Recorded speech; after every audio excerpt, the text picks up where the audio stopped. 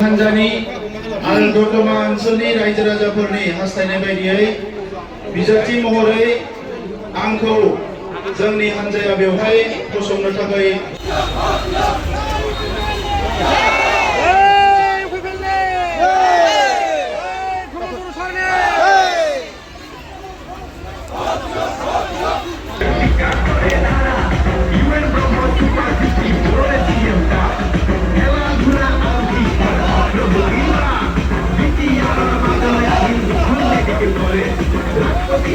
দতমাবাসী ৰাইজৰ মা দেউতা দাদা ভাই ভনী সকলৰ আশীৰ্বাদ লৈ দতমাৰ কাৰণে দতমা অঞ্চলৰ ৰাইজৰ স্বাৰ্থত দতমা অঞ্চলৰ উন্নয়নৰ স্বাৰ্থত মই মনোনীত ইয়াত প্ৰাৰ্থী হিচাপে আহিছোঁ হিচাপে আজি আমাৰ মনোনয়ন পত্ৰ দাখিল কৰিবলৈ গৈ আছোঁ।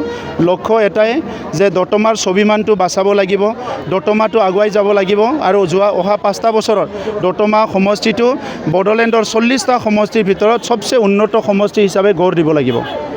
ইয়াতে বহুকেইগৰাকী প্ৰভাৱশালী তাৰপিছত হেভি ৱেইট প্ৰাৰ্থী আছে, টক্কৰ কেনেকুৱা হ'ব? চাওক, হেভি ৱেইটৰ সংজ্ঞাটো কি এইটো মই বুজি পোৱা নাই।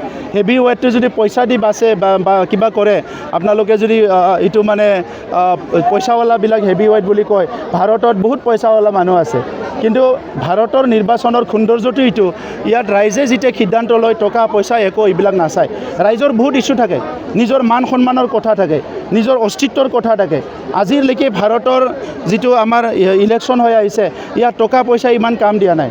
নহ'লে সদায় মানে কোনোবা আম্বানী বা কোনোবা তেনেকুৱা মানুহবিলাকে গোটেই ভাৰতবৰ্ষখন দখল কৰি ল'লেহেঁতেন। গতিকে দতমা সমষ্টি স্বাভিমানৰ সমষ্টি, এই সমষ্টিটো উদ্ধাৰ কৰি ইয়াৰ উন্নয়ন কৰিব লাগিব। 17 বছৰত BPF-এ এই সমষ্টিটো কাণ সাৰ নিদিলে, এইবাৰো ইহঁতৰ MCLA জিকিলে একো কাম নকৰিলে। সেইকাৰণে দতমা সমষ্টিটো উদ্ধাৰ কৰি ইয়াত গাঁৱে ভূঞে জাতি জনগোষ্ঠী সকলোকে আগুৱাই নিয়াৰ কাৰণে UPPL দলে মোক প্ৰাৰ্থিত্ব দিছে।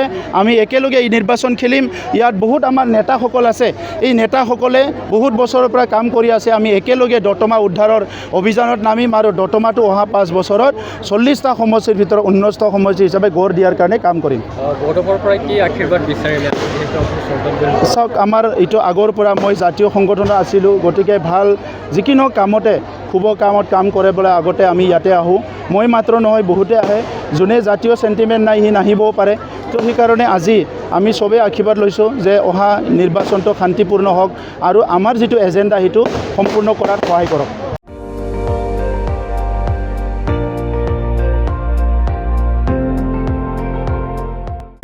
আপুনি চাই আছে ND24, সৰ্বশ্ৰেষ্ঠ নহয় সৰ্বোত্তমৰ দৌৰ।